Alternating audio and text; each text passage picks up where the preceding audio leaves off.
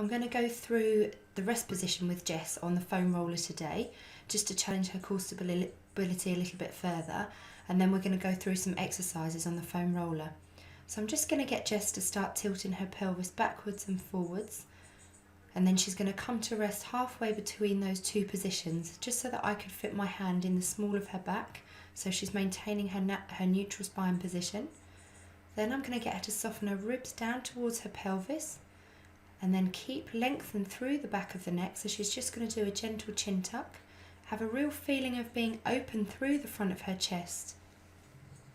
Then I'm just going to get her to keep her knees apart and just reach her fingertips down towards her toes and just slide her shoulder blades down and back.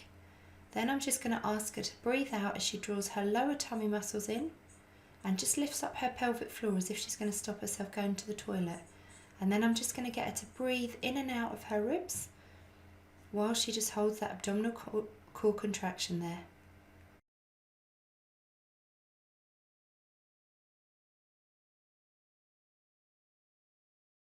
Okay, so I'm just going to get Jess to tilt her pelvis backwards and forwards just until she reaches her neutral spine. I just can put my hand in the small of her back there.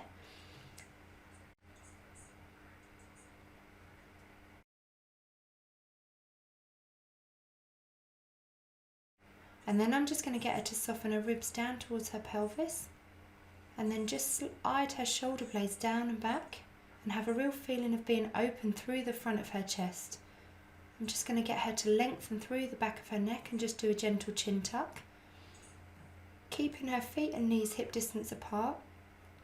And then she's going to breathe out and draw her lower tummy muscles in and just lift up her pelvic floor as if she's going to stop herself going to the toilet.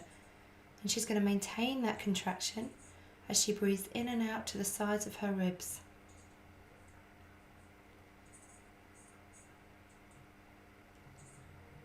Okay, and just keeping that tummy contraction while you're breathing in and out to the sides of your ribs.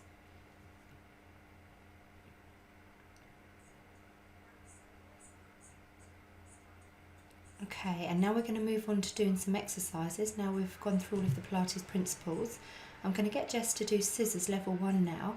So she's going to breathe out as she floats her leg up to a 90-degree tabletop position and breathe in as she returns. The same thing on the other side, breathing out as she brings that leg up and then in as she returns. She's keeping those legs as light as feathers as they float up and float down. And the aim here is to imagine that you've got a tray of drinks across your pelvis and you're not going to let that tray wobble at all. You're going to keep it really still. So you're keeping those abdominal muscles drawn in and those tummy muscles are working as those legs float up and down. This is just to challenge the stability across your pelvis and in your abdominal muscles. We're going to move on to the hundreds now. So Jess has set all of her Pilates principles. Keeping her abdominal muscles in, I'm going to ask her to breathe in as she beats her arms for 5 and then breathe out as she beats her arms for 5. So she's maintaining her tummy contraction here, maintaining the lift through her pelvic floor.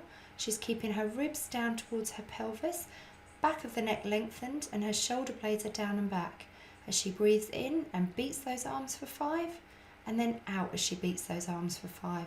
So you're going to do this 100 times. And it's the movement coming from your shoulders, not your wrists.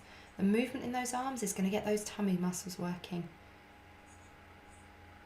That's good, and just make sure that you're maintaining that tummy contraction throughout, keeping those lower abdominals drawn in and keeping them down towards your pelvis.